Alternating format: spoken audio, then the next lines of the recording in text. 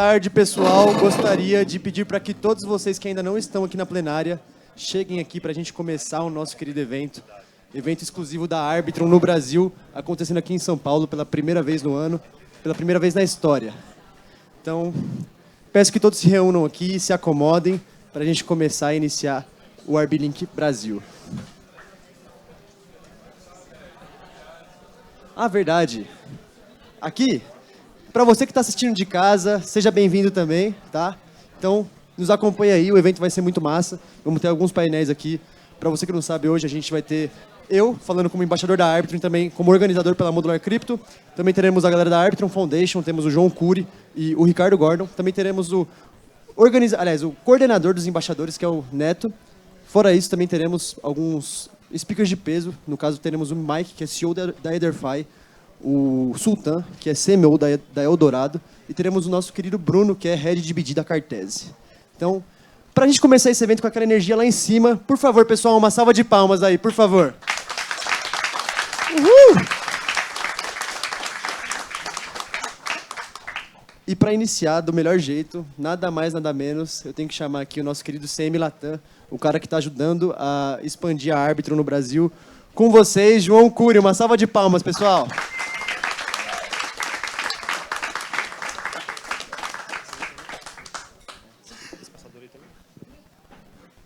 Boa tarde, pessoal. Sejam todos muito bem-vindos aí. Obrigado, Bonis, por ter feito essa abertura. Espero que todo mundo esteja bem. Quem quiser sentar aqui também tem espaço. Espero que vocês tenham gostado do evento, estejam gostando do evento. A ideia é fazer um pouco disso para vocês. Como o pessoal falou, esse é o primeiro evento que a gente faz via Arbitrum Foundation aqui no Brasil. Então, é um marco não só para a gente, mas para a comunidade do Brasil, para mostrar que também a gente quer cada vez mais estar presente aqui, trazendo iniciativas, trazendo eventos, trazendo educação, trazendo comunidade. A gente já tem algumas iniciativas em português, mas cada vez mais também é uma coisa que a gente tem interesse e está construindo. Então, esse evento é um pouquinho do que a gente está começando a trilhar aqui no Brasil e na região. Vou me apresentar um pouquinho para vocês também. Eu sei que o Bono já falou, mas meu nome é João. Eu sou Community Latam aqui da Arbitrum Foundation. Latam é enorme, a América Latina é gigante, então a gente está hoje um pouco mais focado em Brasil, México e Argentina. Depois, no final, a gente vai entrar em mais detalhes sobre isso. Mas começar aqui um pouquinho também a apresentação rápida. Eu prometo que essa aqui é super rápida para vocês. Só quero dar as boas-vindas mesmo para esse evento, falar um pouquinho de que vocês vão e podem encontrar por aqui. A gente tem, como o Bonis falou, bastante palestra super interessante hoje para vocês conhecerem mais sobre o programa de embaixadores, sobre projetos e o ecossistema da Arbitrum. A gente tem muita gente aqui que já está construindo na Arbitrum, que tem interesse em construir na Arbitrum. Se conectem também. Eu posso dizer com tranquilidade que as pessoas que estão aqui hoje são pessoas que estão construindo a Web3, não só no Brasil, mas mundo também. A gente tem umas pessoas aqui, eu já tive a chance de falar espanhol, falar inglês também, então se conectem com as pessoas. Eu sou uma pessoa que foi muito, mas muito impactado por eventos. Desde o meu primeiro evento que eu fui, eu decidi abandonar o que eu estava fazendo e entrar de cabeça em cripto. Talvez alguns de vocês também tenham histórias similares em outros eventos, em outras oportunidades, em outros apertos de mãos, mas meu resumo para isso é: se conectem. Eu acho que a gente está em um ambiente em que está todo mundo querendo construir, está todo mundo querendo experimentar e pensar no amanhã. Então, a gente tem realmente uma abertura muito grande para tirar dúvida, para perguntar, para aprender. Eu aprendo muito também com vocês e a gente sempre está aqui também querendo construir. Então, primeiramente, sejam todos muito bem-vindos ao Arbilink no Brasil. Um pouquinho mais também do que vocês podem encontrar, já falei um pouco da Arbitrum, mas queria agradecer de novo essa oportunidade que a gente está tendo. Eu sou uma pessoa também que faço eventos no construo também na comunidade, não é de hoje. A gente estava até gravando um pouco hoje mais cedo ali um podcast, e é muito difícil a gente construir sozinho, então fico muito feliz da gente ter outros rostos aqui hoje construindo, conhecer grande parte deles e saber um pouco da trajetória. Eu acho que construir na Web3 não é fácil, é muito, muito difícil, especialmente quando a gente fala aqui do mercado brasileiro, do mercado da América Latina. Então, tudo que a gente puder, como Arbitrum Foundation, como embaixadores, como DAO, está fazendo para fortalecer o ecossistema, a gente está fazendo. E se a gente não tiver também, a gente sempre está aqui para melhorar, sempre está aqui para experimentar também. Então, se vocês tiverem alguma ideia, alguma coisa que a gente pode construir junto também, estamos aqui. Não vou dizer que eu tenho todas as respostas, para ser muito sincero com vocês, mas eu posso tentar encontrá-las, tentar buscar isso. E queria convidar todo mundo também para dar mais uma salva de palmas aqui para o ecossistema da Arbitrum, que está fazendo isso acontecer.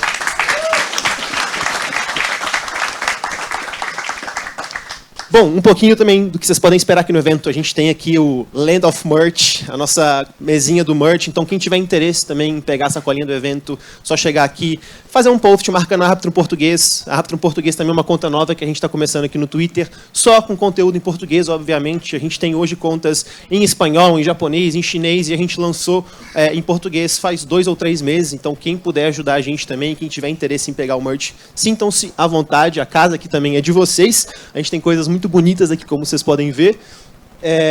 Uma outra coisa também que eu queria abrir aqui o convite, daqui a pouco a gente vai entrar em mais detalhes, mas a convidar também, quem tiver interesse em se tornar um embaixador da Arbitrum, hoje pode ser uma excelente oportunidade para vocês aplicarem. A gente vai ter um painel daqui a pouco só falando sobre isso, mas já fica aqui o QR Code para quem tiver interesse. É um programa realmente global, a gente está presente hoje em mais de 9 países, dentre eles, por exemplo, aqui na América Latina, Brasil, México e Argentina, e a gente está cada vez mais querendo construir também, como eu falei para vocês. Então fica o convite aqui, daqui a pouco a gente entra em mais detalhes.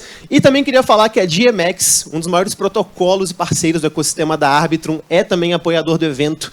Isso aqui é talvez para vocês não entendam a dimensão disso, mas é a primeira vez que a gente está tendo a GMX patrocinar um evento da Arbitrum, e é um evento no Brasil, então é uma coisa super, super interessante, e a gente quer cada vez mais também mostrar o ecossistema da Arbitrum. A GMX, como eu falei, é um dos maiores projetos e um dos mais antigos também. Quem estava aí em 2020, 2021, viu essa construção toda, vai lembrar da GMX, e eles ainda hoje são um dos maiores projetos do ecossistema da Arbitrum. Não deixe de conferir, se vocês tiverem interesse em fazer trading de perpétuos ou de fazer trading no geral, deem uma conferida na GMX, também apoiadora do evento. E aí, por último, mas não menos importante, como eu falei, a gente tem uma conta da Arbitrum em português agora, falando a linguagem que todo mundo aqui entende. Então, fica o convite também para vocês acompanharem a gente por lá. É uma conta, como eu falei, para fomentar a educação, fomentar cada vez mais iniciativas aqui na região. A gente sabe que só o português não fala só no Brasil, mas a gente tem um pouco esse viés aqui em puxar a sardinha para o Brasil. Então, quem quiser acompanhar também um pouco do que a gente está construindo e também está ligado nos próximos construções, nos próximos anos que a gente está fazendo, já está preparando, fiquem à vontade para acompanhar a gente também lá no Twitter. E olha, para ser muito sincero, obrigado a cada um de vocês também por estarem aqui com a gente. Vocês fazem a comunidade da Arbitrum, vocês fazem a comunidade da Web3 se mover. Eu sei que essa semana está sendo um pouco especial aqui, até para alguns, um pouco mais especial do que outros, eu diria. A gente tem presenças ilustres aqui, de fora, não só o Vitalik, mas tem muita gente também que está aqui no Brasil para conhecer um pouco a comunidade, para vir no IFLATAM. Então, aproveitem para se conectar, gente. Eventos, Web3, mudam vidas. Eu sou uma pessoa que já vivi isso e espero que vocês também possam viver. E, uma vez mais, obrigado a todo mundo por estar aqui. Vocês são realmente a comunidade Web3 do Brasil. É isso. Bom, a minha apresentação eu já acabei, mas hoje a gente vai fazer uma coisinha um pouco diferente também aqui. Eu já vou chamar a próxima. Então, queria convidar, então, por favor, deixa eu ver se está aqui, Bonis, Neto e Ricardo. Eu vou deixar eles se apresentarem aí, mas a gente vai ter um painel agora específico para falar um pouquinho sobre o programa de embaixadores da Arbitrum. Quem sabe vocês que estão com dúvidas também, pensando se eu devo aplicar ou não, aqui talvez vocês tenham a resposta. Então, por favor, uma salva de palmas aí para o painel sobre o programa de embaixadores da Arbitrum. Bonis, Ricardo, Neto, agora é com vocês, meus queridos.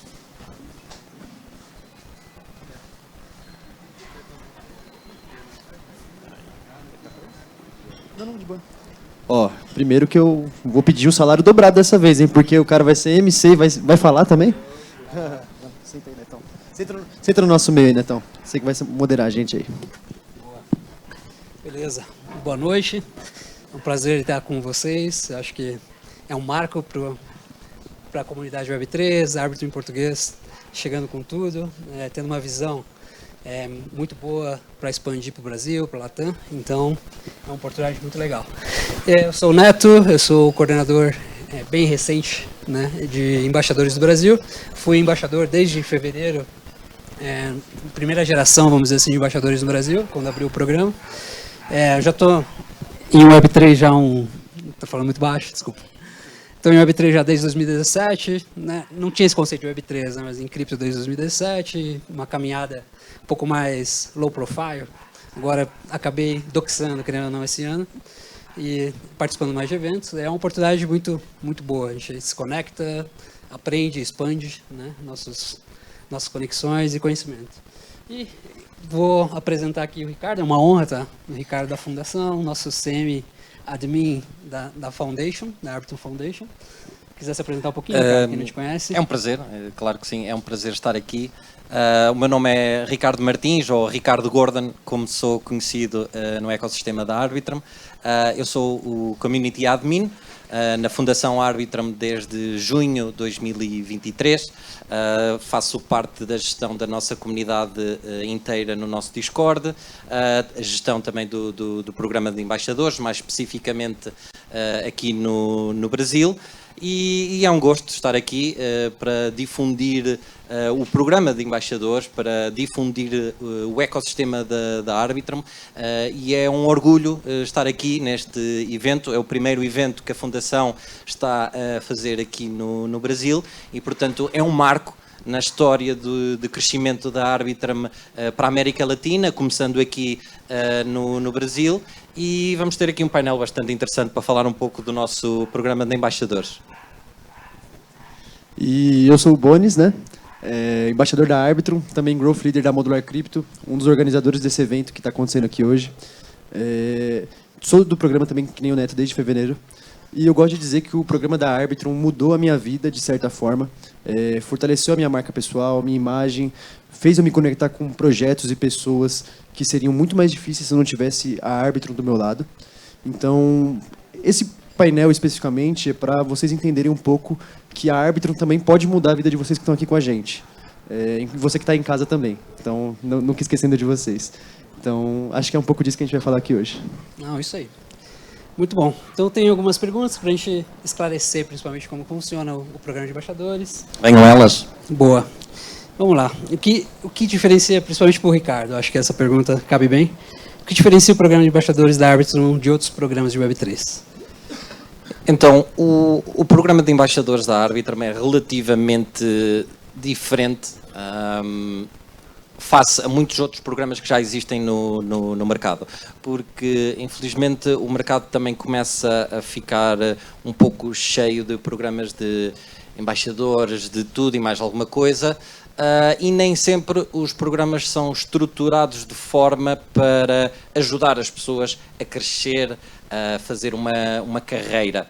E o programa de embaixadores da Arbitrum faz isso mesmo, ou seja, aposta na educação das pessoas, porque vindo para a Arbitrum, à partida a pessoa já tem algum conhecimento e alguma curiosidade sobre blockchain, sobre Arbitrum e quer aprender mais. O programa de embaixadores diferencia-se precisamente por isso mesmo. Nós facultamos todo o género de materiais. Nós fazemos workshops exclusivamente para os nossos embaixadores, workshops com projetos que estão no ecossistema da Arbitrum. Já tivemos, por exemplo, workshops com a GMX, também com Folks Finance, com a Blip, e, portanto, estamos a fazer a convergência dos projetos com os embaixadores. E, ao mesmo tempo, os embaixadores estão a apostar em si mesmo, através de conteúdo, de aprendizagem, e estão também a construir a sua própria carreira. Carreira profissional que, hoje em dia, em Web3, é necessário haver ferramentas e programas que ajudem a fazer isto. Porque é difícil. É muito difícil. Eu, por exemplo, falando da minha experiência pessoal, quando eu comecei em Web3, lá atrás em 2018, eu lembro-me que eu tive que aprender tudo sozinho. Não conhecia ninguém, não havia nenhum programa.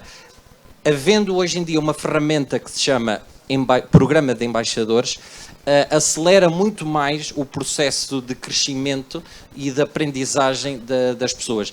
E a nossa aposta no programa de embaixadores é fortalecer as pessoas, o crescimento, fazerem a sua própria carreira e, no processo, aprenderem e fazerem o networking e começarem a criar a sua própria rede de contactos, porque é uma coisa bastante importante hoje em dia. Muito bom. Pô, perfeito. Tem quase nada a adicionar, ele falou muita coisa. O Ricardo basicamente construiu o programa de embaixadores, então ele falou o principal, mas na minha visão de embaixador aí, eu acho que o crescimento... A gente estava conversando até num podcast aqui antes.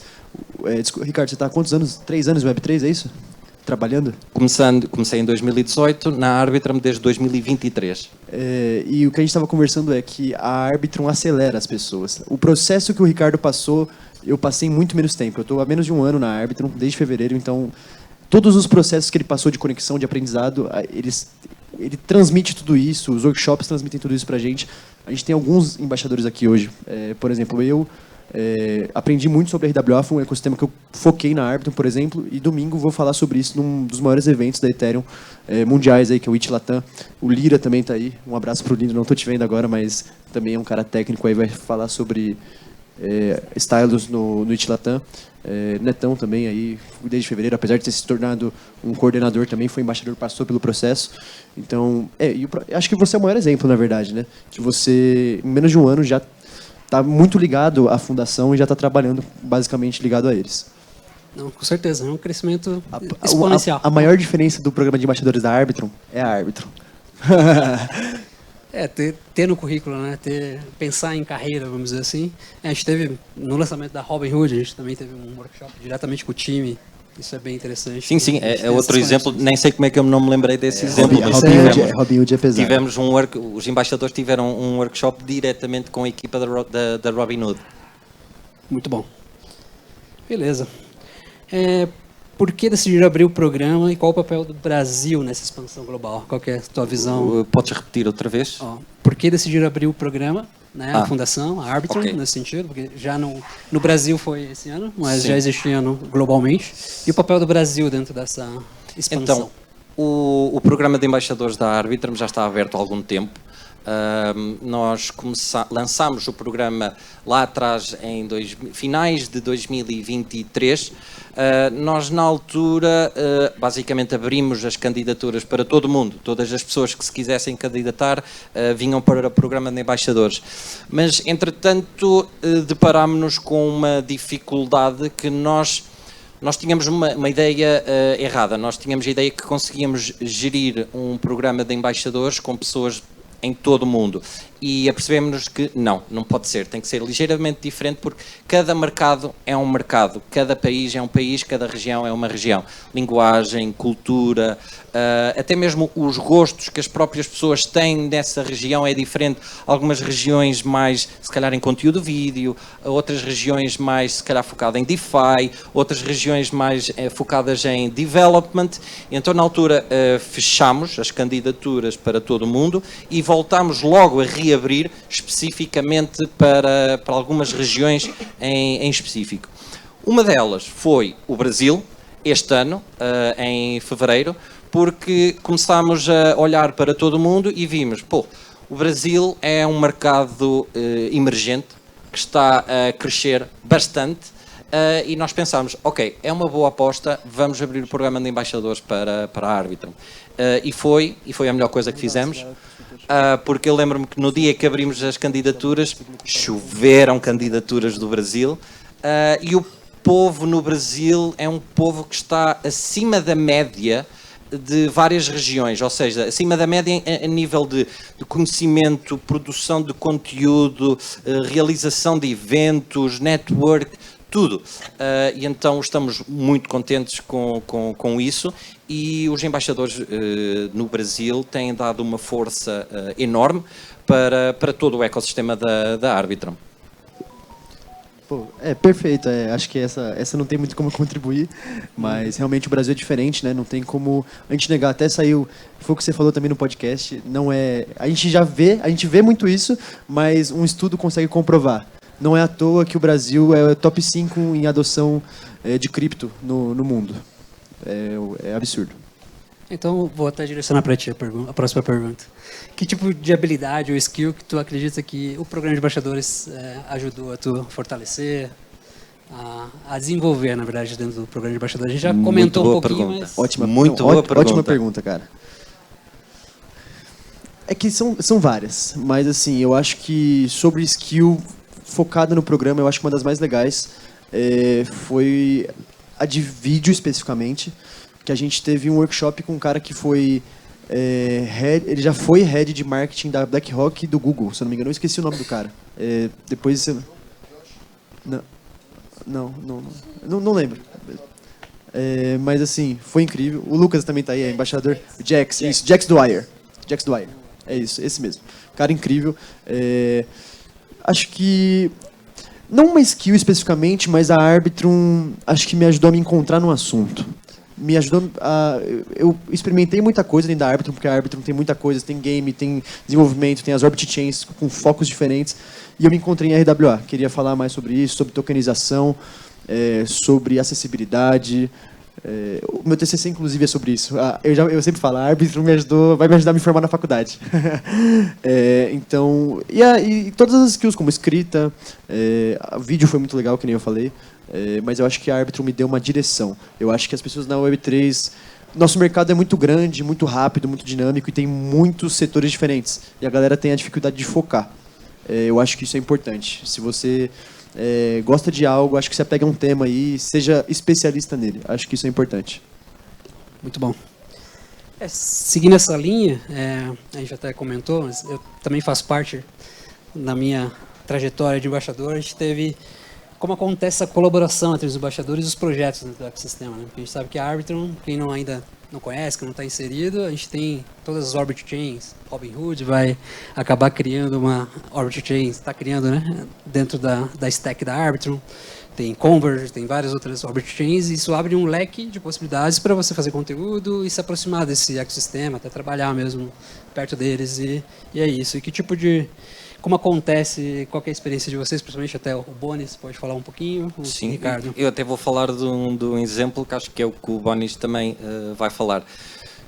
Foi o que eu falei há pouco, ou seja, nós trazemos os projetos para mais perto dos embaixadores e ao mesmo tempo os embaixadores cada vez mais perto dos projetos, para haver aqui uma espécie de relação de simbiose entre os dois.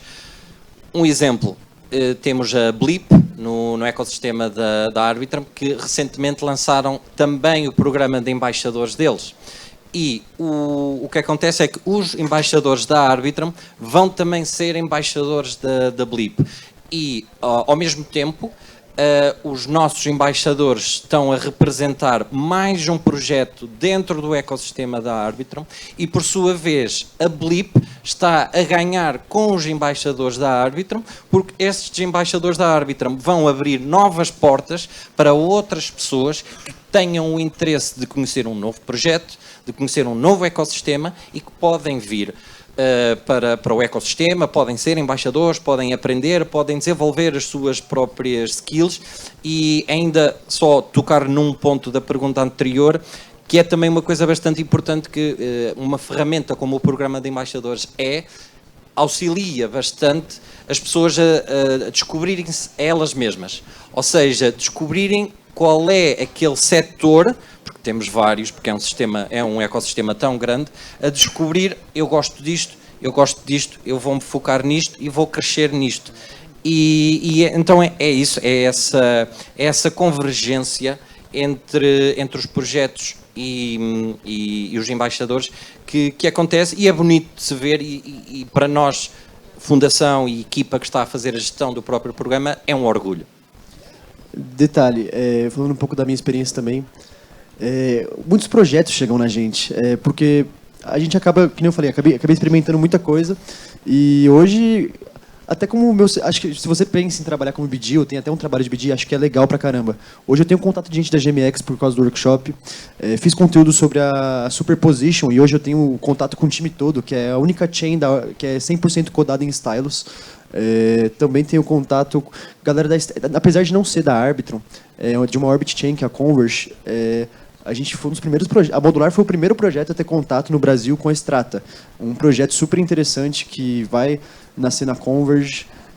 Basicamente eles dividem a stablecoin Ethereum em tranches. Eu não vou aprofundar muito o projeto aqui, obviamente, mas é um projeto que levou o prêmio da Anchorage entre 10 pitches. Então, tipo assim, é um nível absurdo. E eu só fiz isso porque o cara viu meu conteúdo sobre Converge, sobre Strata, basicamente, que a gente está falando desde o dia 1. E tinha um brasileiro, não, tinha um argentino lá, falava português porque morou aqui, e falou: cara, animal, legal que vocês estão falando aí no Brasil. E a gente se conectou, foi muito massa. Acho que é muito importante. Boa. Securitize também, Etena. A gente teve alguns contatos assim. Então, para a gente dar uma aceleradinha. Mas, então, quem tem interesse de se candidatar, a gente queria partir mais por essa instrução de como se candidata e se tem algum tipo de financiamento, incentivo, apoio para os embaixadores ativos. Pronto, isso é uma das coisas que, por acaso, não referi, que diferencia o programa de embaixadores, que infelizmente existem muitos programas e já existe quase, estamos a ver um processo de farming de programas de embaixadores. Pessoas que se inscrevem, são aceites, recebem um salário e não fazem nada. Isso para o projeto, isto é dinheiro deitado ao lixo, não faz sentido. O programa de embaixadores da Arbitrum não faz isto, não há um salário, mas temos bolsas. Temos bolsas para reconhecer embaixadores que, através da produção de conteúdo, nós vemos este embaixador vale a pena, vamos dar uma bolsa de reconhecimento a esta pessoa. E isto faz tudo parte do processo de autocrescimento dos embaixadores. Esta é uma das coisas. A segunda coisa, respondendo ao início da pergunta, ou seja, que género de skills é que uma pessoa deve ter para ser embaixador? Na realidade, não são muitas e não é nada muito específico, mas coisas tão simples como ter interesse por aprender, ter interesse por blockchain, ter interesse por também pesquisar por si próprio para aprender. Isto é uma coisa. E segunda, que já tenha algum género de experiência na produção de conteúdo, porque é uma das coisas que nós fazemos. Quando as pessoas se candidatam a um programa de embaixadores, nós costumamos revisar o profile no Twitter para ver que género de conteúdo é que esta pessoa produz, que coisas é que esta pessoa está enfocada. Falando muito sinceramente e para ser muito transparente, se vemos uma pessoa a publicar gráficos e a falar sobre price action, é automaticamente um não. Porque falar em price action não leva a lado nenhum. Não leva a lado nenhum e não dá um retorno de valor de nada. O que interessa é ensinar, educar e levar a palavra mais além. Falar price action é quase irrelevante, não acrescenta nada de valor. Hoje está a subir, amanhã está a descer. Olha, voltou a subir. E quê? Não faz grande interesse. Portanto, basicamente é isso. Vontade de aprender, vontade também de ensinar e já ter algum género de experiência de criação de conteúdo. Acho que é isso. É isso? Não, alguma consideração final, Ricardo? Abrir... Sim. Tenho uma consideração final que é candidatem-se para o programa de embaixadores porque estão as inscrições abertas e, portanto, seria um gosto termos, em vez de... Agora estou a pensar quantos embaixadores temos no Brasil. Putz, é muito. Eu duvido, se você acertar... Eu sei que está perto dos 100 e seria um gosto para o ano termos aqui 500 embaixadores. E, portanto, estão todos convidados, as candidaturas estão abertas. Se quiserem aprender mais, podem me enviar uma DM, podem enviar uma DM aqui para o nosso amigo Neto ou para o nosso amigo Bonis. E, portanto, é isso. Candidatem-se ao programa de embaixadores da Arbitrum. É isso. Obrigado.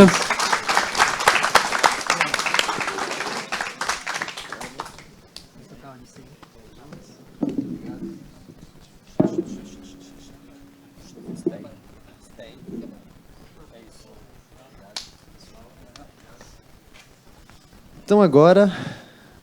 Escuta, por acaso alguém tá com o controlador? Tá com o Curi, acho, né? Tá com o Curi. Mas acho que vamos pro painel especial da noite aqui. Não tem como... Cara, eu acho que isso é outro marco pro Brasil. Vamos falar de um assunto quente que, na verdade, além de quente, ele é específico da nossa região, da América Latina. Obrigado. Então hoje a gente vai trazer aqui o nosso querido Mike, CEO da Ederfy, cara. O cartão dele tá fazendo sucesso aqui no Brasil. Então, trazer ele não foi fácil. É um prazer ter ele aqui no Brasil. Também temos o Sultan da Eldorado, tá? Nosso querido El Sultan do Bitcoin, nosso querido aí. Que também é um aplicativo de P2P muito usado aqui na região. E o nosso querido moderador, que é o Bruno, Head de BD da Cartese. Então, uma salva de palmas pro pessoal aí, por favor.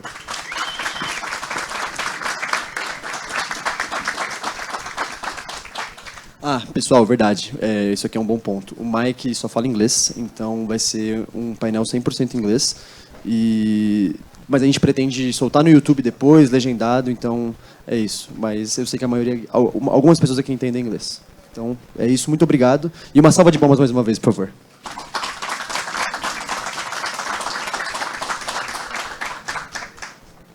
Hey guys, let's switch to English. I'd like to welcome Mike and Sultan. Welcome to Brazil, and I'm happy to be moderating this panel today.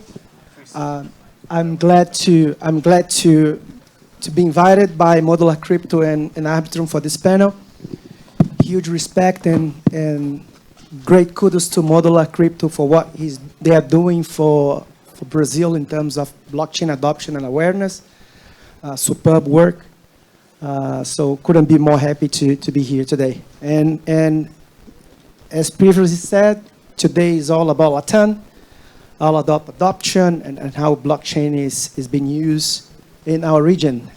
But before we jump the questions and hear from all the insights from our guests, I'd love to hear a quick round of intros.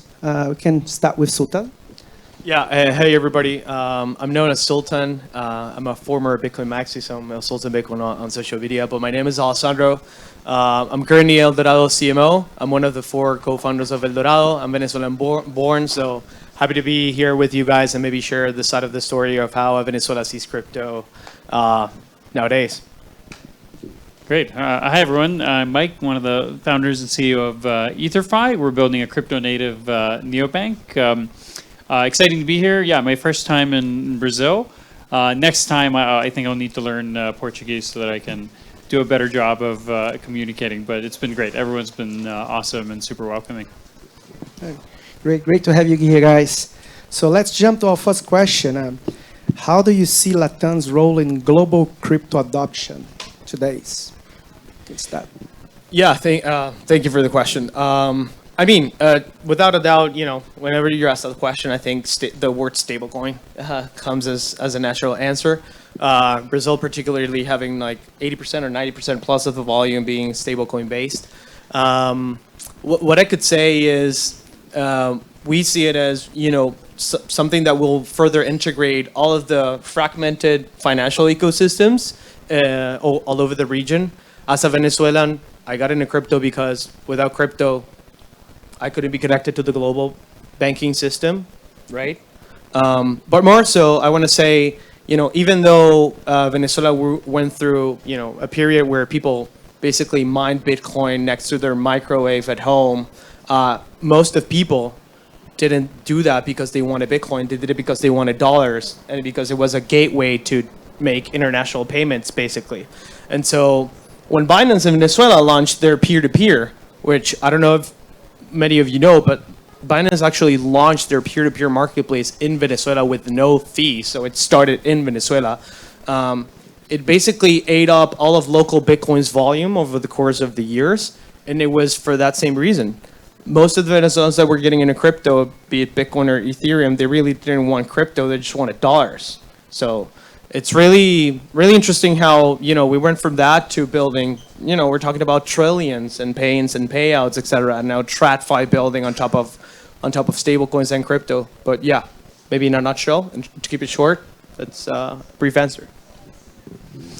Yeah, so for EtherFi, Brazil is actually our #1 market, especially for the neobank product.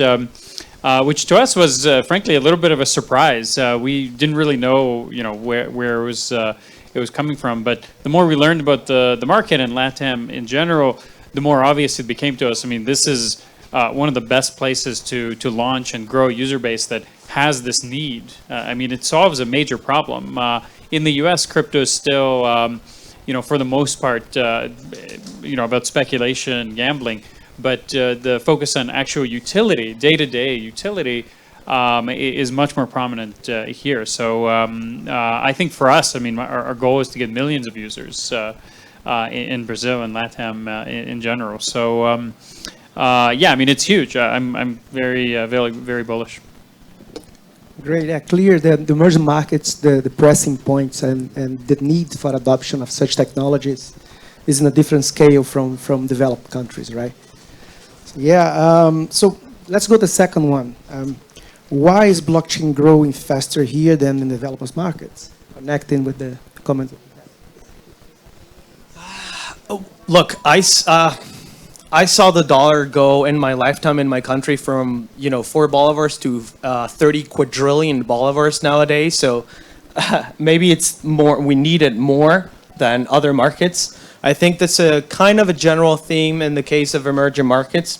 When you speak about, when you see what's happening in crypto in Brazil and how the adoption has happened, you guys, for the Brazilians in the audience, you guys are the epicenter of financial markets in Latin America. So it's like you have brokerage firms and TradFi getting into DeFi, very sophisticated conversations about how can the traditional financial system like basically speed up or whatever, adopt blockchain rails.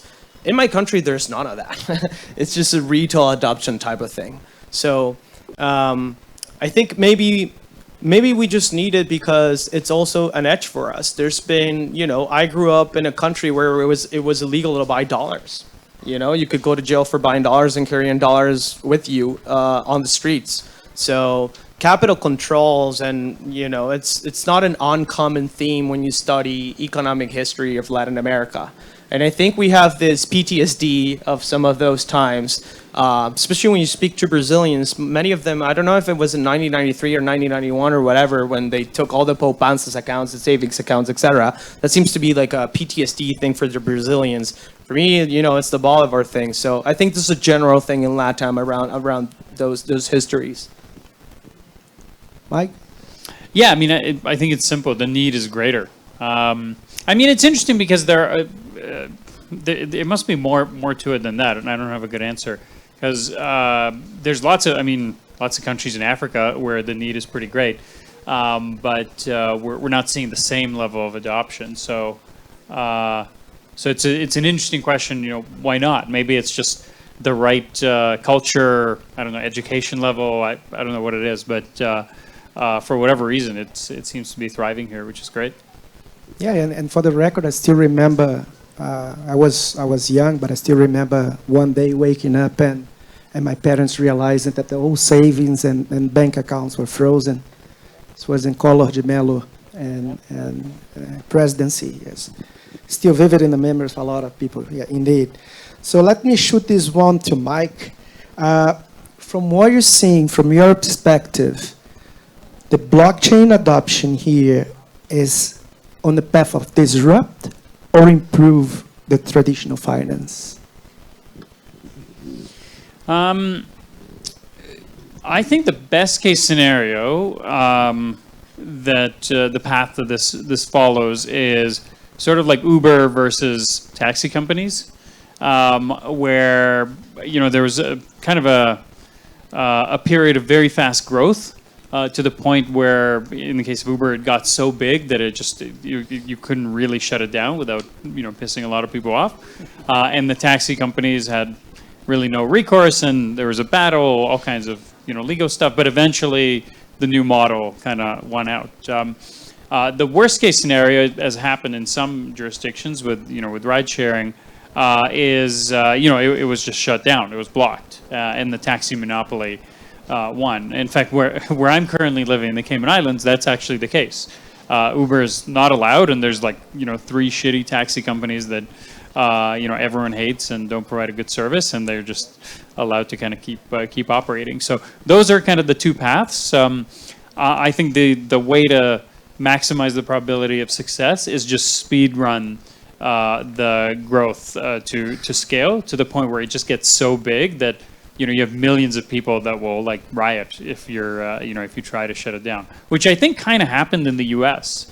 Right? You had the party that was in power, the Democrats, really working really hard to try and crush crypto, and crypto just lobbied the shit out of it and then elected Trump, basically, and kicked a whole lot of people out of office. And now it's okay, both parties are groveling to crypto. So I think that's. I think again, that's the best case scenario, and I think the way to get there is just speed run the path to adoption. I don't think this is an question that it's easy to answer. What I do think, though, is you can answer this question without speaking about regulation. In the case of Brazil, we're still in kind of like a grayish area for regulation for crypto. We're still waiting for the vast regulatory framework.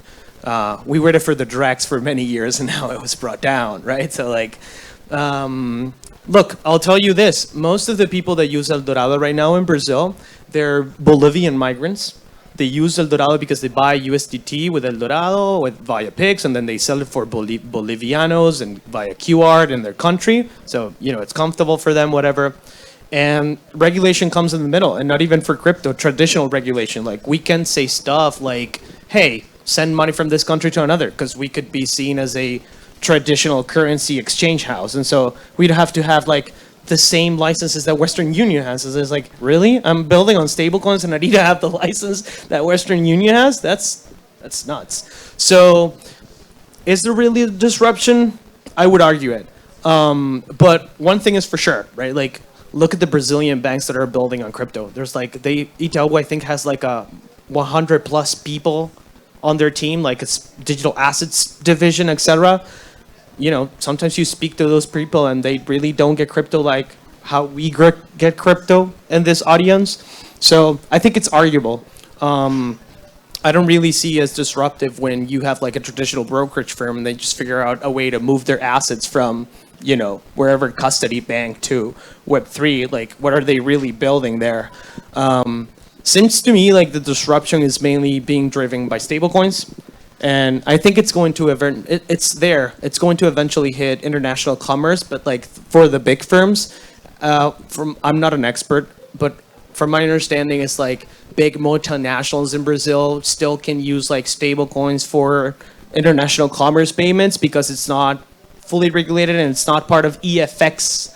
And there's all these different mechanisms that they use in TradFi that we still need to bring to crypto. Maybe RWA is the beginning of opening those doors to bringing more of the TradFi rails to crypto, but I think we're not there yet. Yeah, I would say I wouldn't like to be in the chair of a regulator, you know, trying to bring some order and regulate a disruptive technology with new primitives. So how keep the balance between protection but not killing the seeds of innovation, right? It's not an easy spot to be. And talking about stable coins, right? They are everywhere. They're everywhere. But what is the real innovation behind them in Latam? Is remittances, inflation hedge, or just access? How do you guys see it? Yeah, so I can speak to the retail side of things because we're fully retail facing at El Dorado. We've tried selling El Dorado in the 13 countries that we operate in LATAM as a hedge to inflation by digital dollars, and that just brings us churn of users. So maybe yes, for the case of Venezuela, where you have hyperinflation, that works. Maybe in countries like Turkey, Nigeria, maybe that works.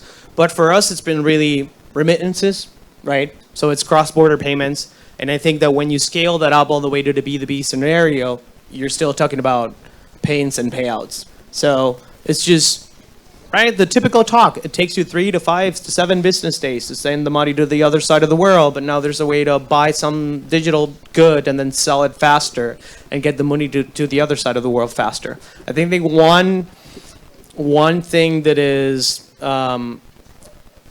preventing further growth in the case of stable coins for international commerce is the China equation.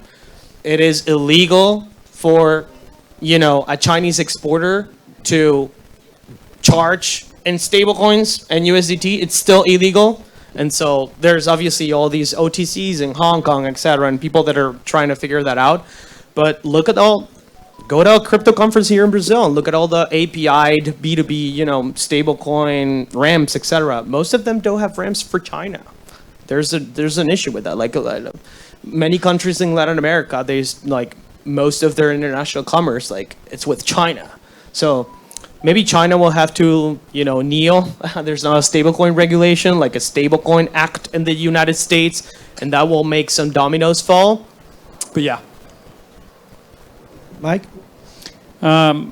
I mean, I think it's honestly, it's whether we like the answer or not. The value prop is regulatory arbitrage. Like if you think about what stablecoins do, and what a lot of crypto does, let's imagine there were no regulations, like all of them, wiped clean.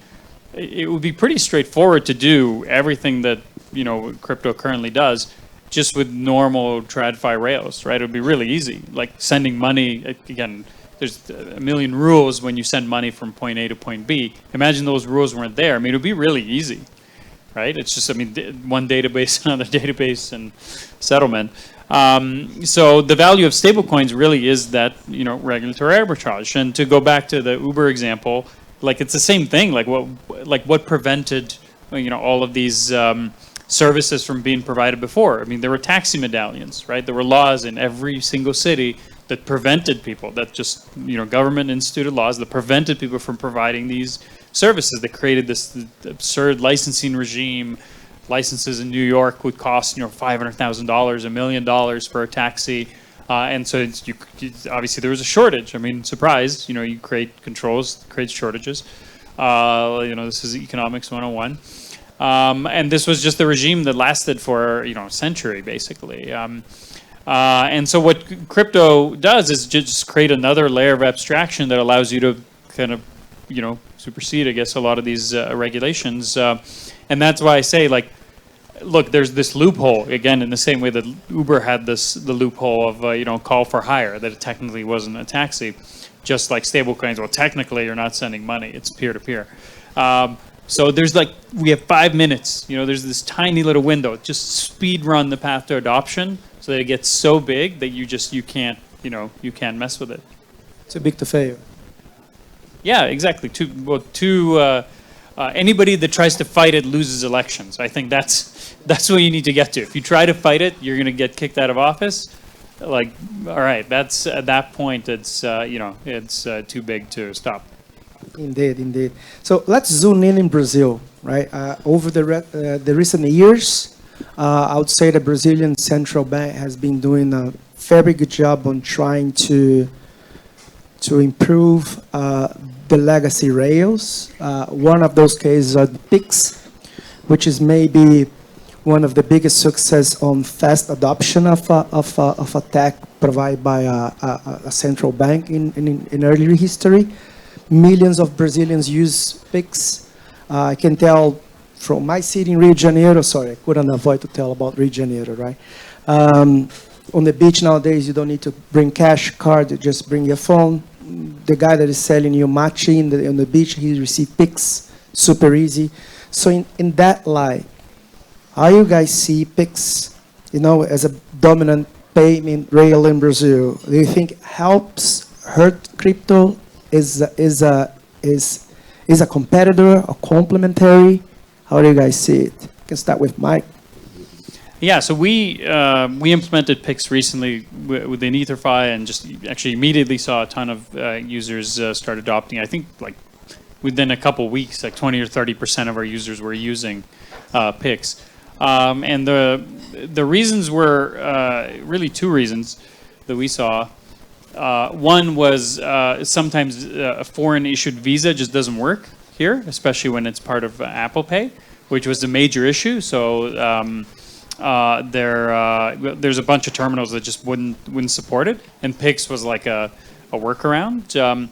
But the one hesitation that people had is, in order to use PIX, you have to put in your CPF.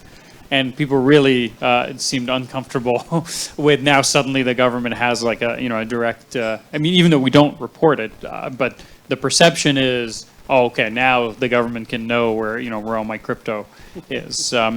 So that's an interesting, the convenience is there, but there's this fear that look, one of the main reasons I use crypto is to have a little bit of privacy. I will say though, I've never seen something like this in any other country. PIX is great. Just the fact that you've got this super simple, streamlined payment rails that just works everywhere and is basically free.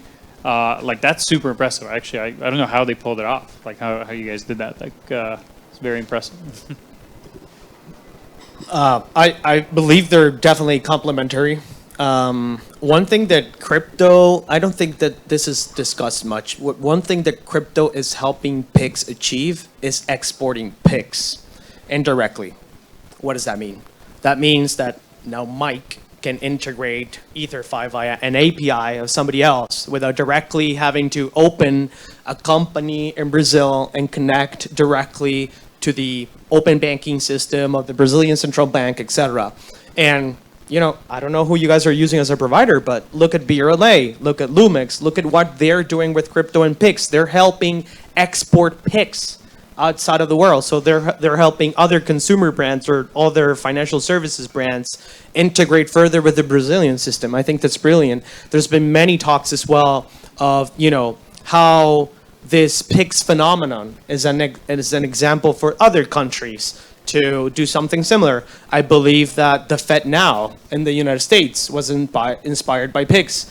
The same is happening in Colombia with the Llaves system. It's basically a new Pix that's happening in Colombia. It was inspired by Pix, but it's taking longer for other countries and the regulator of other countries pass the laws and incentivize the TradFi rails inspired in Pix versus this crypto local brands and companies in Brazil that are being able to joggle with Pix, integrate Pix and other ramps other than just ramps in Brazil and helping export the system. Lastly, Latin America right now is this fastest growing real-time payments market in the world. It's growing faster than India. It's growing like a 30% CAGR, right? So, and that's mainly because of Pix. So, yeah.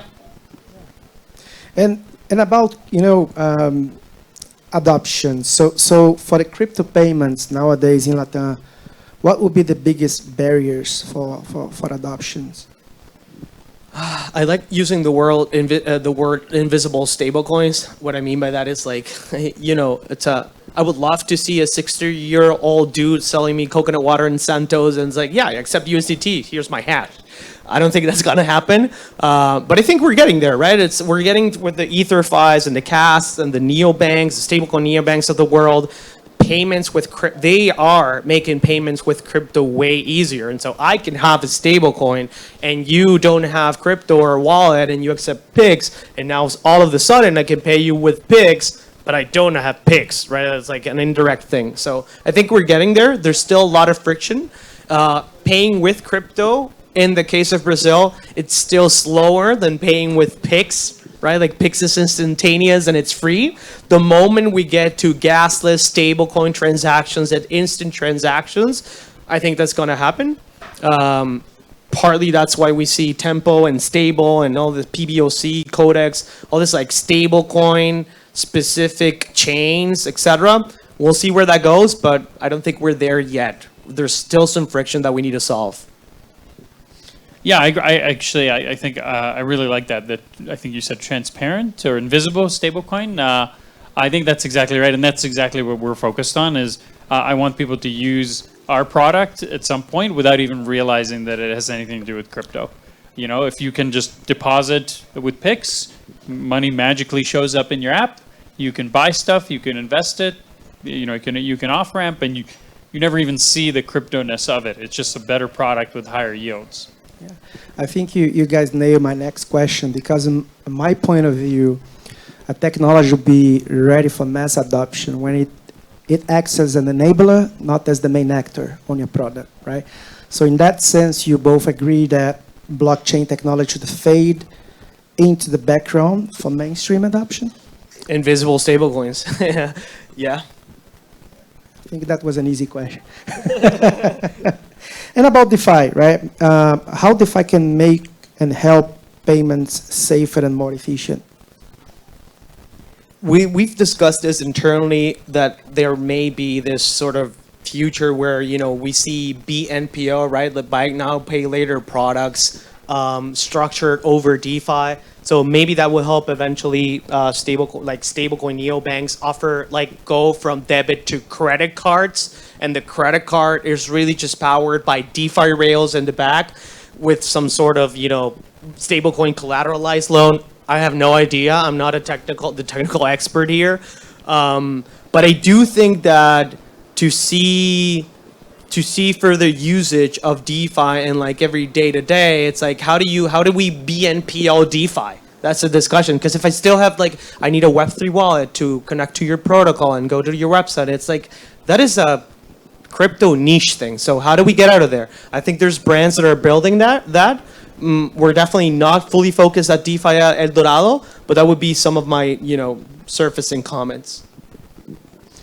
I mean, crypto is like has sort of two faces, right? On the one hand, you've got this like hyper gambling, insane, speculative perps, meme coins, launch pads, just insanity, which is a lot of what makes what attracts people to crypto, unfortunately. And then on the other side is what we're talking about here, which is like this incredible empowering technology. So if you take all the gambling bullshit away from DeFi, what I think you're left with in terms of the core utility is democratizing access to financial instruments and tools that previously would only be available to people that are, I mean, even 1% is probably understating it. People that are in the extreme, levels of wealth. The kinds of trades, like being able to borrow against your assets easily, being able to access credit at very low costs, right? Taking out a loan on Aave for 4% or 5%, your bank would charge you 15-20% for a similar kind of thing.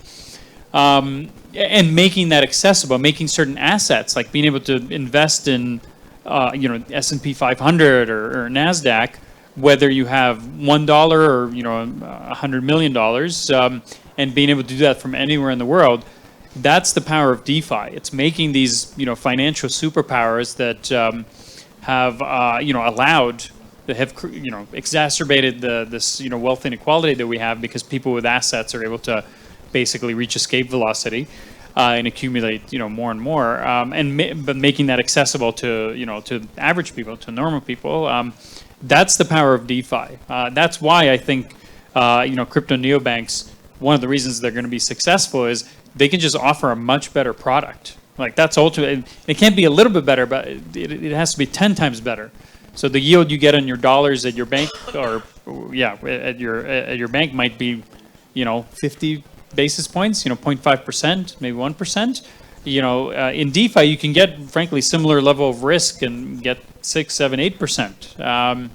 So it's just you get something that's 10 times better. And obviously has all the flexibility and ease of use. So anyway, so that to me is the real value prop, is making those powerful tools available to normal people. Great. Yeah, and I think regulations around the corner is the elephant in the room. We can't avoid them. I love Mike's take on move fast in order to be big enough to have a seat on the table when it comes, right? So with the regulations around the corner, how do you think that the regulation is shaping the future of stable coins and payments in Latin region?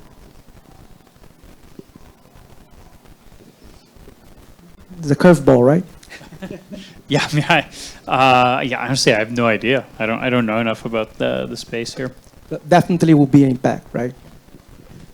Yes, I mean, you require more capital, right? Like you need more capital to build the same thing. You just have more compliance requirements. It's happening to us. It's like we gotta be in constant talks with attorneys and like face the regulator and open talks and like, okay, if we need a VASP license in Brazil to continue service in Brazil, are the unit economics worth it? Right? Like all of a sudden, maybe I have this capital requirement to leave that capital just dormant on a bank account or whatever. I don't know. So it's in the case of Bolivia, we're now like there's new crypto regulation. We're now required to open an office in Bolivia in 2026. So like, well, now we need a part of the team living in Bolivia. So I think the regulation in Latin America for crypto is quite misunderstood in the sense that like we're getting heavily regulated And I think we need just less regulation, or at least more intelligent regulation, right? And so for that to happen, we need to face the regulator, and we need to be next to the guys from the banks talking to the regulator to give our, our POV. Otherwise, it's just going to be the banks talking with the regulators and building favorable, regulation for TradFi. Indeed, and not an easy spot to be once again, right? So I think for the closure question about Latam, right? If you zoom out and look at the whole region, what would be, in your opinion, and we can start with Mike, the biggest advantages of Latam in this financial transformation? Yeah, I think part of it is culture. I think people just culturally are willing to embrace this technology. Level of education, interest. I mean, that matters. I mean, I think that's a prerequisite. Certain parts of the world,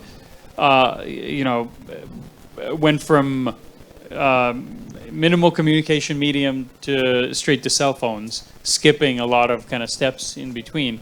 So in the same way, when you've got kind of a broken financial system or one that's maybe not as good, that kind of allows you to maybe skip a few steps. Whereas in the U.S., you've got a pretty entrenched system that in a lot of cases works, but like it also makes change extremely difficult. So that I think potentially at least allows LATAM to kind of leapfrog and jump to the next gen platform. Look, as a Venezuelan, I'm part of that lucky 4% of Venezuelans that own a bank account in the U.S. I've owned a bank account in the U.S. since I've been a teenager, but I can tell you this. I'll give you an example. I have this ex-colleague of mine from where that we work together at Ledden, this basically lending company from Canada. Tether recently bought like 10% of Ledden shares, so he wanted to sell some of his shares. He's never been to the United States, fully Brazilian. He's been to China though. He's like, Alessandro, the only thing I can provide Ledden to receive the money from selling my Ledden shares is a US bank account. How do I do that? And I was like, well, bro, stablecoin neobanks. And so you know what I mean? Like we went from having to travel to the United States and have potentially a family member in the US so you can use his mailing address so you can open a bank account in the US just to accept a payment in dollars because you're potentially working, I don't know, as a freelancer and you're selling logos, right? That's the PayPal thing, etc. So it's like for him was like, dude, what just happened? It's like again, crypto saved me again. It's like now crypto is the thing that's helping me open a bank account in the US. Like, yeah, dude. And so I think what excites me the most for us Latin Americans, maybe I just speak as a Venezuelan here, but I started the conversation that way, going global. It's like getting connected with the global financial system. It's like this thing allows us to work for Singapore, for Hong Kong, for whoever you decide, for wherever the option that is coming to you from a global landscape, now you can catch it. Before, you were restricted. That's it. So now we have more options, and that's amazing for the region. Yeah, in the one word, inclusive, yeah. Right? Bring inclusiveness. So I think we are all here. João, do we have time for maybe open questions to the public? Yeah. So does anyone would like to address a question to our guests? Can you raise the hand? We can. Okay. How are you doing? Well, how are you dealing with the trade-offs of making easier, reducing these frictions with people, with the security? I mean, one of the biggest characteristics of crypto is security and all the benefits that it brings to have control over your own account. How centralizing that with a provider that makes it easier helps people to use these tools? Look, 60% of our new users have never interacted with crypto before. So we have the benefit of not having users that ask for self-custody, which will make it like more complicated and complex for us at a technical level. So we're fully CeFi. We take care of the custody with an external provider. When we started, we used Bitcoin at the time. Now we use Tatum and others. So we were at Nomad offices before coming here. They were like, look, our users that like deposit with us $1.5 billion, they don't care about self-custody. They are willing to pay us and trust us for us to safeguard their money. I'm sorry. So I understand that obviously when we're inside crypto communities, going more self-custody and going more sovereign is important. I think we need to push more self-custody.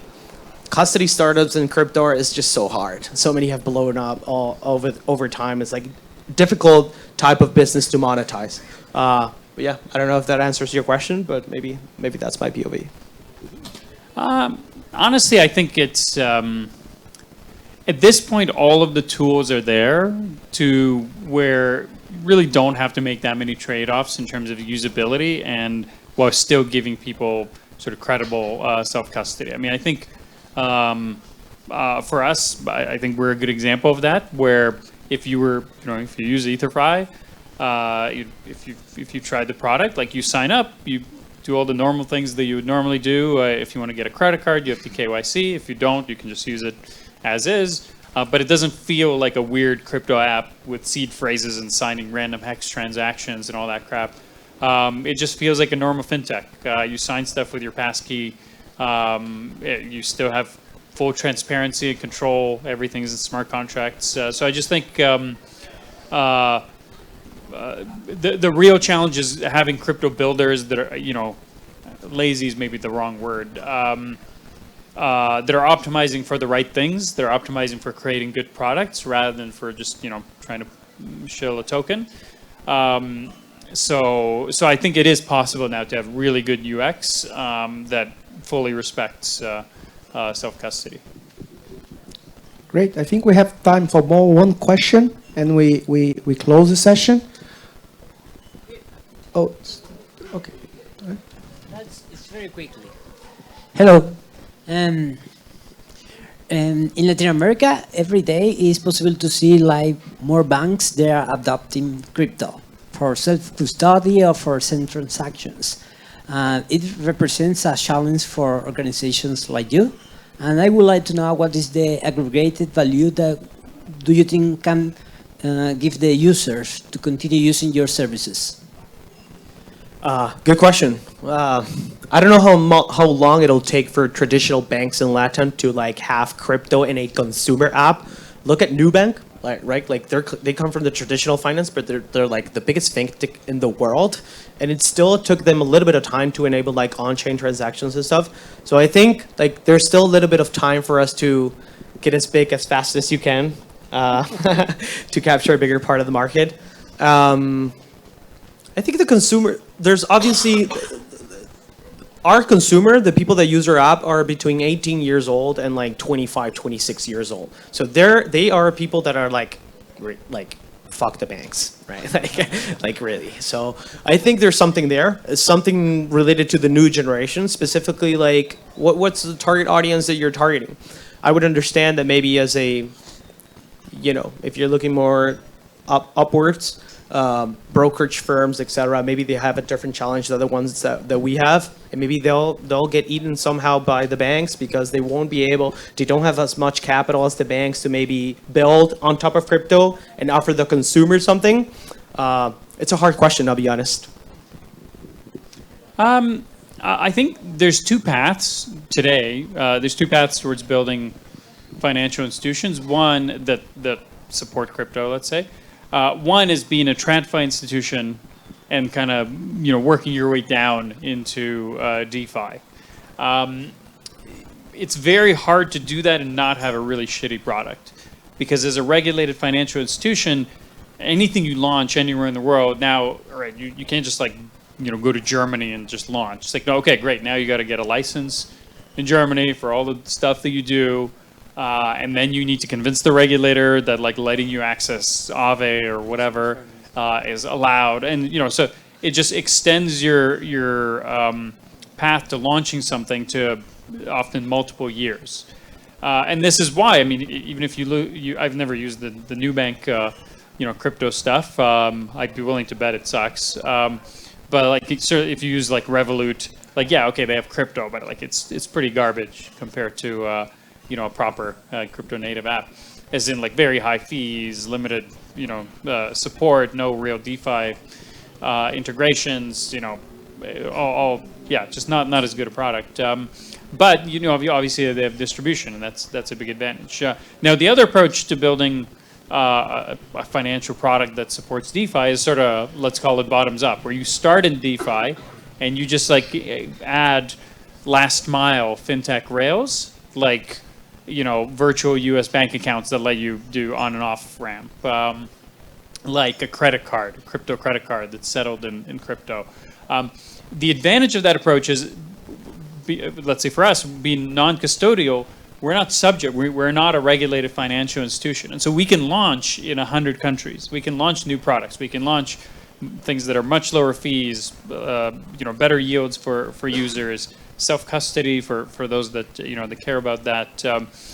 So we can just move 10 times faster, 10 times cheaper, and that's not going to change. Like that's, 5 years from now, it's not like suddenly JP Morgan, suddenly it's cheaper for them to launch, a DeFi yield product.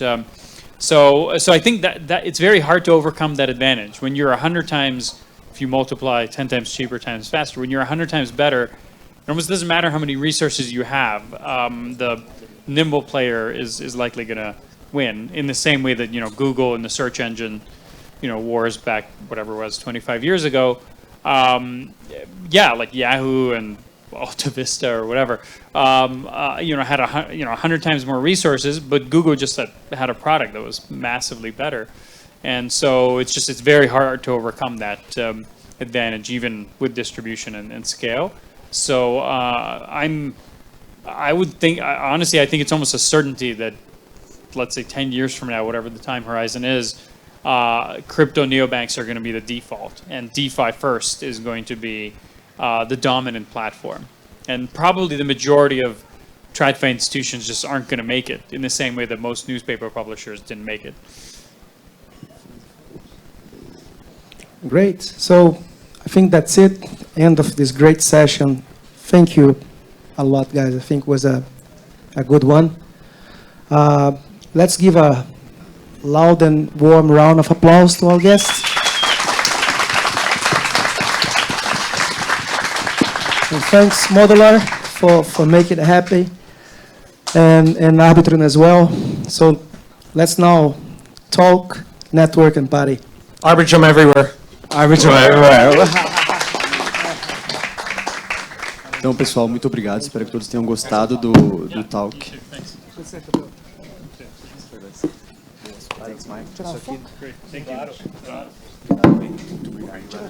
I have maybe 10 minutes. Oh, okay. What are we? Sure.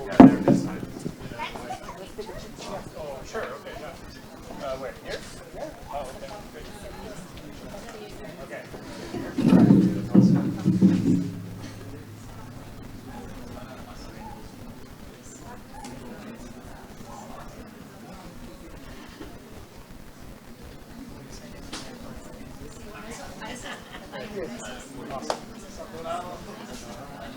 Antes da gente continuar, eu sou obrigado a dizer muito obrigado primeiramente ao Bruno, que moderou esse painel. Obrigado, Bruno, mais uma vez. Tá? Muito obrigado. E tá vendo, pessoal? Essas são as vantagens de estar aqui no evento da Modular, no evento da Arbitrum, poder se conectar com pessoas, poder ter esse contato mais direto, que acho que é muito difícil. Por exemplo, a gente vai ter uma conferência muito grande amanhã, e provavelmente falar com o Mike seria muito difícil, fazer essas perguntas que a gente vai fazer agora. Vai ser mais difícil do que foi aqui. Então, a Modular gera oportunidades. E gostaria de agradecer mais uma vez a todo mundo que está aqui hoje e agradecer mais uma vez ao time da Modular que me ajudou a fazer esse evento hoje. Então, mais uma salva de palmas, pessoal.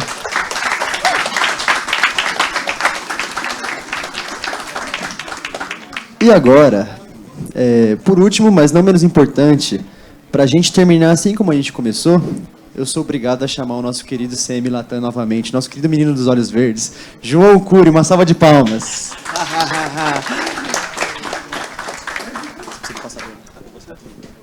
Boa, pessoal, pô, que honra, que dificuldade agora, né? Pegar a bola depois desse painel aí. Caramba, não vou mentir para vocês, não. Espero que vocês tenham gostado, espero que vocês tenham podido entender um pouco também. E espero que vocês tenham gostado de ver essas visões diferentes que a gente tem no ecossistema, né? Uma das coisas que é mais interessantes da Web3 é a gente ver essa pluralidade de visões, essa pluralidade de pessoas. E eu acho que a gente conseguiu mostrar um pouquinho aqui nesse painel agora há pouco. Eu não quero segurar muito vocês, eu sei que está cansativo, está no final do evento. Eu quero contar um pouquinho para vocês mais em detalhes sobre a Arbitrum e a gente já libera para vocês aproveitarem, fazerem cada vez mais o networking também. Mas vamos lá que a gente vai falar um pouquinho sobre a expansão da Arbitrum na América Latina e pelo Brasil também. Quem quiser me acompanhar aí também fica aqui o meu Twitter, já me apresentei antes, então vou pular um pouquinho essa parte também e um pouco mais rápido. Mas eu queria contar para vocês um pouquinho como surgiu a Arbitrum. A Arbitrum surgiu dentro de uma universidade em 2015, então há muito, muito tempo atrás, mais de 10 anos, dentro de uma universidade, em um trabalho ali de conclusão de curso, conclusão de doutorado, onde 3 pessoas que hoje são, inclusive, fundadoras da Off-Chain Labs, que é essa empresa de desenvolvimento por trás que criou a Arbitrum, começaram ali a construir esse protocolo de arbitragem. As coisas, a gente sabe que a vida também anda para diferentes lados. Uma das pessoas que ajudou a construir esse projeto foi trabalhar, inclusive, ali em órgãos do governo até 2017, 2018. Em 2018, então, a gente teve a volta desses 3 grandes fundadores para construírem a Off-Chain Labs, que deu, então, ensejo ao que hoje a gente conhece a Arbitrum. Então, ali em 2015, 2018, a gente podia falar que a Arbitrum é esse protocolo de escalabilidade que a gente vê e hoje tanto defende no ecossistema, mas hoje a Arbitrum já cresceu muito mais que isso. Então, a gente não pode falar hoje que a Arbitrum é só uma rede de segunda camada, é só uma L2. A Arbitrum hoje é um ecossistema e uma plataforma que tem o objetivo de trazer o futuro das finanças on-chain, o futuro das finanças para a blockchain. E vejam bem aqui que não é o futuro das finanças de blockchain. A gente quer e acredita muito que as finanças tradicionais, como vocês puderam inclusive ouvir um pouquinho aqui já estão vindo para a blockchain. E a gente precisa fazer o quê? Prover a melhor infraestrutura, a melhor tecnologia, do jeito que ela é mais adaptável, do jeito que ela é mais assim, que as pessoas vão poder também fazer o uso, dependendo da função e projeto específico que elas demandem. Então a Arbitrum hoje é um ecossistema, a gente tem projetos aqui, inclusive, que são da América Latina, como a própria Eldorado, o Sultão estava aqui agora, a gente tem a Peanut, a Maldo, alguns outros projetos também globais do ecossistema da Arbitrum, a gente tem até a BlackRock, que, para surpresa de alguns, já está também em blockchain, já está tokenizando fundos, por exemplo, na Arbitrum. Então, a Arbitrum hoje é um ecossistema. A gente não é só uma rede de segunda camada, a gente não só escala o Ethereum, a gente provê uma das melhores ou a melhor infraestrutura para que outros projetos também possam construir e criar suas próprias soluções.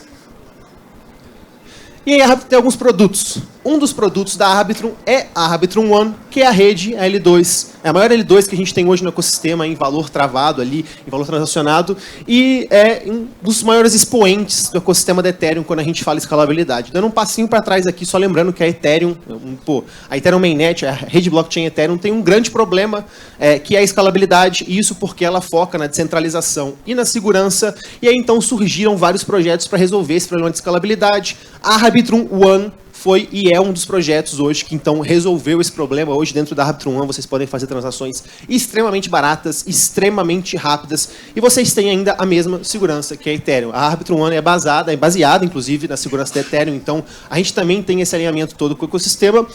Uma outra coisa que eu acho que vale a pena, especificamente aqui, talvez um pouco mais para os desenvolvedores, é dizer que a Arbitrum hoje é totalmente compatível com a EVM, então é uma questão de cliques para você levar o projeto que está na mainnet, por exemplo, hoje na rede principal da Ethereum, para a Arbitrum, mas a gente não parou por aí. A gente sabe que a nova leva de desenvolvedores não desenvolve em Solidity, desenvolve muito provavelmente em linguagens que não são Web3, então os desenvolvedores da Arbitrum criaram uma... Opa! Vamos ver se eu consigo desligar aqui também para não acontecer isso mais. Senão também a gente fica aqui. Não tem problema. Mas, enfim, a gente, para além da compatibilidade EVM, a gente desenvolveu, então, uma outra máquina virtual, que é uma máquina virtual que compila em WebAssembly, é uma máquina virtual em WASM. E daqui a pouco a gente vai entrar em mais alguns detalhes aqui sobre isso, mas isso é um desbloqueio enorme. Hoje vocês podem, então, por exemplo, desenvolver em outras linguagens dentro da Arbitrum. Vocês não precisam criar somente em Solidity. E a Arbitrum hoje, então, como a gente falou aqui agora há pouco, como a gente vem falando desde o início, é um dos maiores ecossistemas. A gente tem aí muitos projetos, a gente vai entrar em detalhes de alguns deles daqui a pouco, mas a gente tem, DeFi, RWA, NFTs, DAOs. Vocês nomeiam o que vocês querem e o ecossistema da Arbitrum, sim, eu vou dizer para vocês que a gente já tem isso hoje. Além da Arbitrum One, que é essa, então, rede de segunda camada aí da Arbitrum, a gente tem também, por exemplo, o Arbitrum Stylus, que é realmente o que desbloqueou essa nova porta, ou essa nova infinidade de portas, eu diria, até no ecossistema da Arbitrum. Por quê? A Arbitrum Stylus, então, é nada mais do que esse compilador que eu falei agora há pouco para vocês, que a gente construiu, para trazer, então, outras linguagens, para além de Solidity, para a Arbitrum. Para dar um passo para trás aqui, hoje grande parte do ecossistema é desenvolvido em Solidity, que é essa linguagem de programação bem focada na Web3. Eu não sou desenvolvedor, então eu não vou entrar em tecnicidades para vocês, mas muitos me dizem que Solidity não é tão fácil e tão amigável quanto a gente queria. A gente tem várias limitações, os contratos de Solidity também, às vezes, não conseguem ter tanta extensão quanto os contratos de outras linguagens, e a Arbitrum foi, então, e criou essa máquina virtual em WebAssembly, que é uma máquina virtual que roda em paralelo também com a EVM, onde desenvolvedores podem escrever em, por exemplo, Rust, C, C++, que são linguagens extremamente mais acessíveis do que Solidity. São linguagens que hoje, só para ter uma comparação bem rápida aqui, a gente pode dizer que, por exemplo, Solidity a gente tem, para dizer muito, 500 mil desenvolvedores. Se a gente chegar em essas linguagens Web 2, digamos assim, como Rust, como C, C++, a gente tem até Move também, a gente chega na casa de milhões e dezenas de milhões.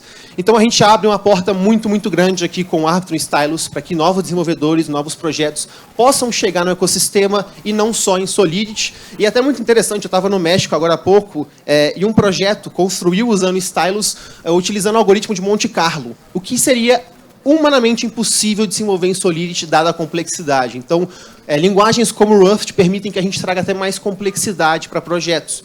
E o mais legal de Stylus eu gosto de Solidity, eu gosto de desenvolver Solidity, é isso que eu quero, perfeito. Você pode usar Solidity, você não precisa usar tudo em Rust. A Arbitrum trouxe, então, essa possibilidade para algumas coisas no seu contrato, seja no front-end, seja no back-end, você possa facilitar.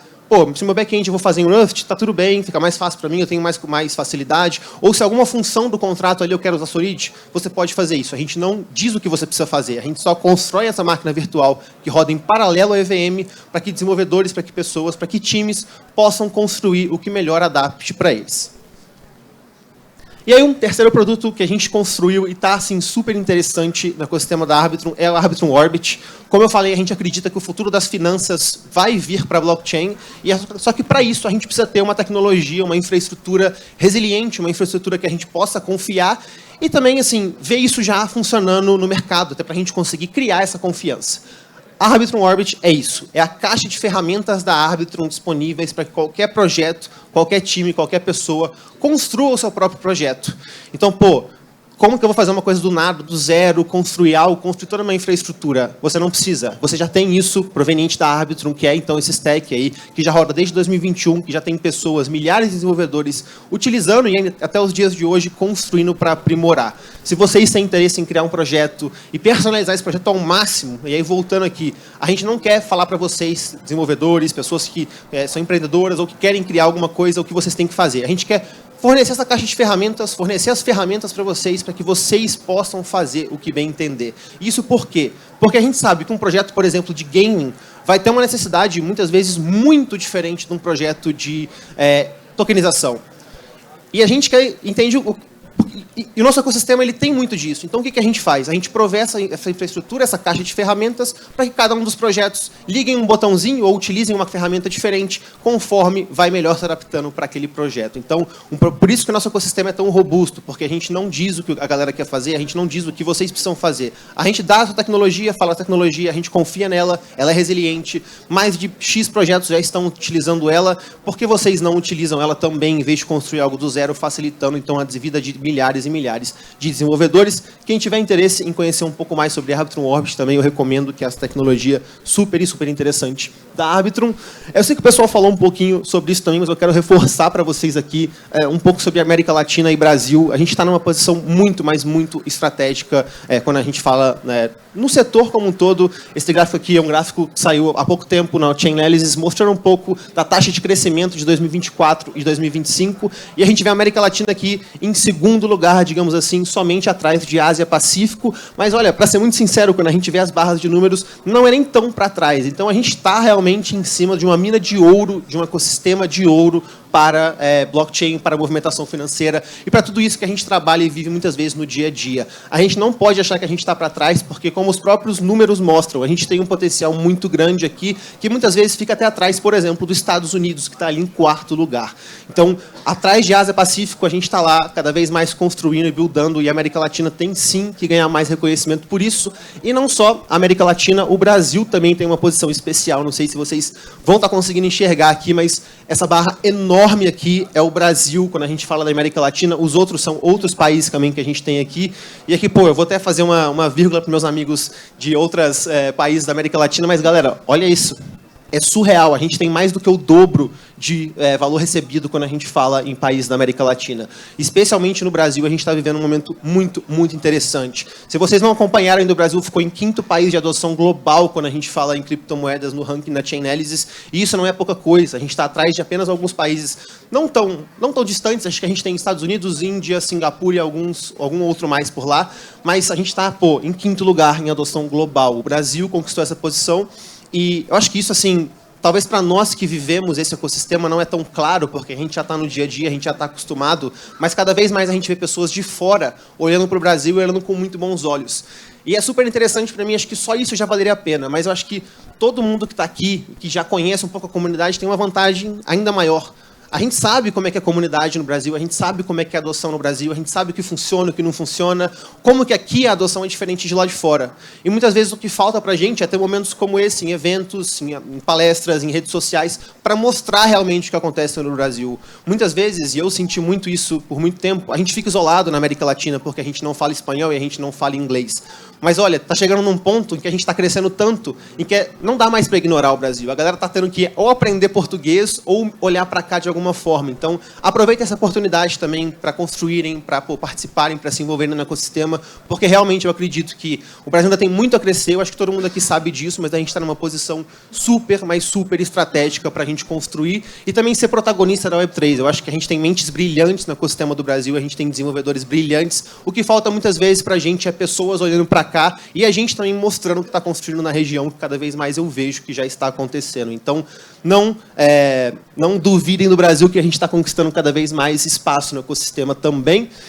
E aí, queria falar um pouquinho sobre o que a gente tem feito no ecossistema da Arbitrum. Como eu falei no início, eu sou Community Latam da Arbitrum Foundation. A América Latina é enorme, eu não tinha noção do quão grande até eu começar a trabalhar nela e começar a olhar para diferentes lados.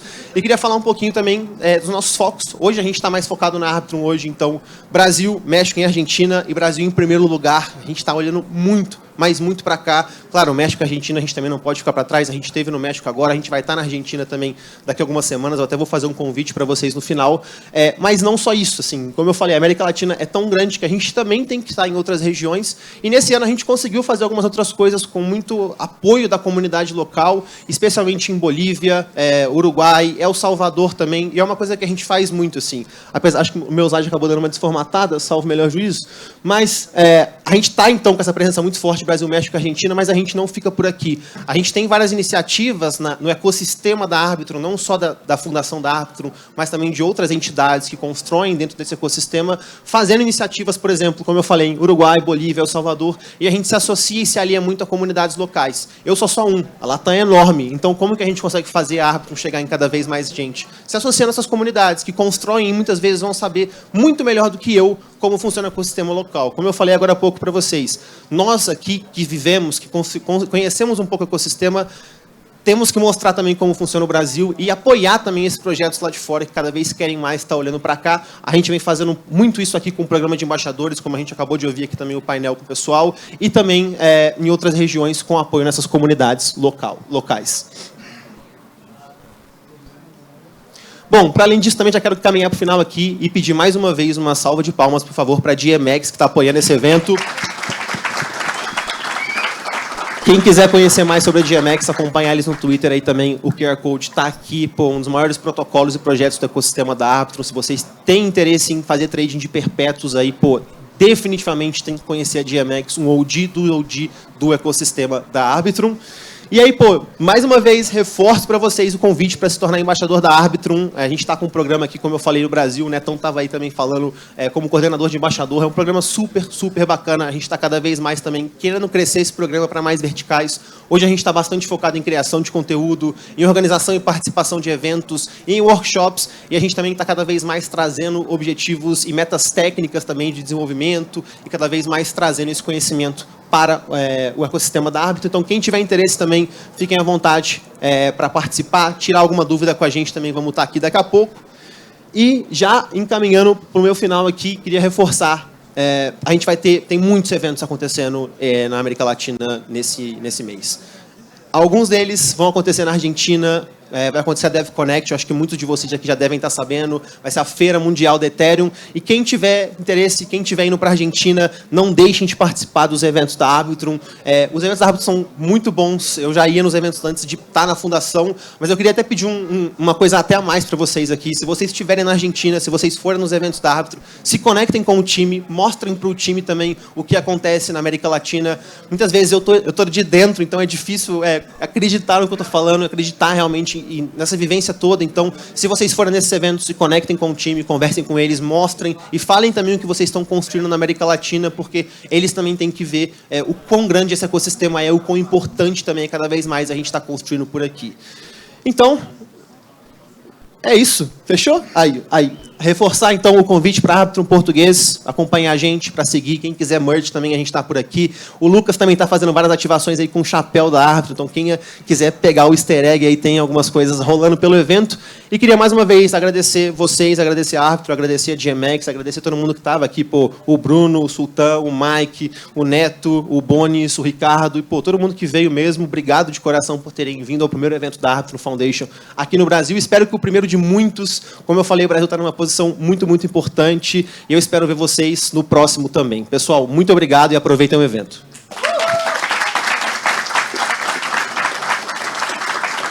Tá liberado, Boninho?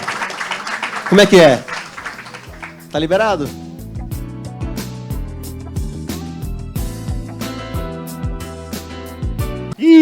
Tá liberado. Obrigado, pessoal. Muito obrigado para todos que vieram aqui hoje. Agradecer o João mais uma vez, a Arbitrum Foundation, a GMX e todos vocês que estavam aqui e fizeram esse evento ser possível. Não esqueçam, temos merch ainda. Postem nas redes sociais, marquem a Arbitrum PT e levem seu merch para casa, seu pepezinho azul bonitinho, né? Agora tá liberado o chopp? Como é que Agora tá liberado, pessoal. Vamos tomar um chopinho, se divertir um pouco, por favor? Boa, pessoal. Salva de palmas, salva de palmas.